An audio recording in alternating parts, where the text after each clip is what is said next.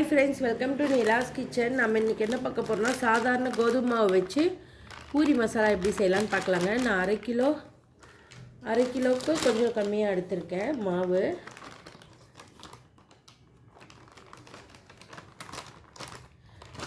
ஒரு அரை கிலோவுக்கு ஒரு 100 கிராம் கம்மியாக எடுத்துருக்குங்க கோதுமை மாவு. பாருங்கள், இந்த மாதிரி கட்டிலாம் உடச்சி விட்டுக்கோங்க.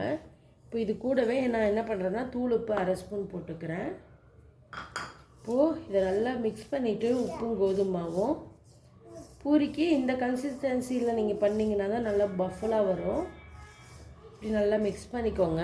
பண்ணிவிட்டு தண்ணி கொஞ்சம் கொஞ்சமாக தெளிக்கணும். நான் ஃபஸ்ட் டைம் கொஞ்சம் எனக்கு நல்லா தெரியும் அளவு, அதனால் நான் ஓரளவுக்கு தெளித்து இது பண்ணுறேன். உங்களுக்கு அளவு தெரியாது அப்படின்னா ஃபஸ்ட்டு ஒரு டம்ளர் ஊற்றுங்க.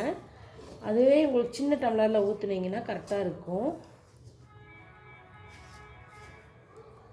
பாருங்கள், இந்த மாதிரி 2 தெளியில் நல்லா பிசைஞ்சிடலாம் பூரிக்கு மாவு.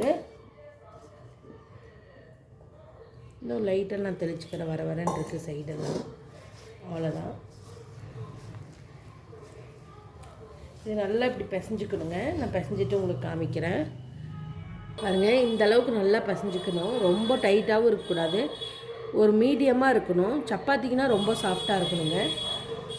இப்படி பிசைஞ்சிட்டே இருந்தீங்கன்னா இந்த மாதிரி சாஃப்டாக ஆகிடுங்க. இதுக்கு மேலே ஒரு ஆயில் கொஞ்சம் தடவி ஒரு 10-15 நிமிஷம் ஊற வச்சுருங்க. அதுக்கப்புறம் பூரி போடலாம் வாங்க. ஊற வச்சுட்டு இப்போ பூரி தேய்ச்சிக்கலாம். நான் பூரி தேய்க்கிறதுக்கு கொஞ்சமாக எங்கிட்ட கட்டை இல்லைங்க, நான் கிச்சன் செல்ஃபில் தான் க்ளீன் பண்ணி வச்சுருக்கேன். போட்டுக்கிறேன் மாவு. சின்ன சைஸாக தான் எடுத்துக்கிறேன், பூரி சின்ன சைஸில் தான் போடுறோங்க. கரெக்டாக இந்த ரவுண்ட் ஷேப்பில் நமக்கு வரணும் பூரி, அப்போ தான் கரெக்டாக இருக்கும். பூரி கொஞ்சம் மாவு போட்டு நல்லா இது பண்ணிக்கோங்க, அப்போ தான் ஒட்டாது.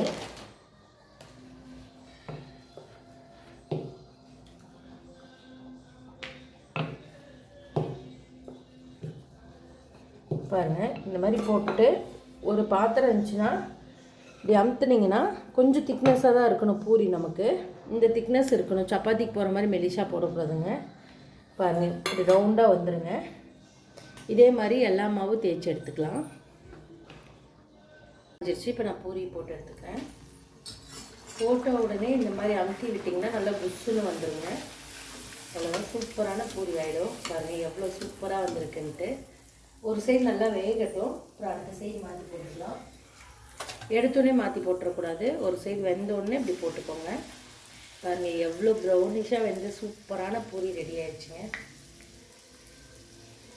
அவ்வளோதான். கரெக்டாக நான் சொன்ன ரேஷியோவில் எல்லாம் பண்ணிங்கன்னா இந்த மாதிரி புஃப்ஸுன்னு ஒரு பூரி வருங்க. சாஃப்டாகவும் இருக்கும் சாப்பிட. இந்த வீடியோ பிடிச்சிருந்தா லைக் பண்ணுங்கள், ஷேர் பண்ணுங்கள், மறக்காமல் சப்ஸ்கிரைப் பண்ணுங்கள். தேங்க்யூ ஸோ மச் ஃபார் வாட்சிங். Bye bye.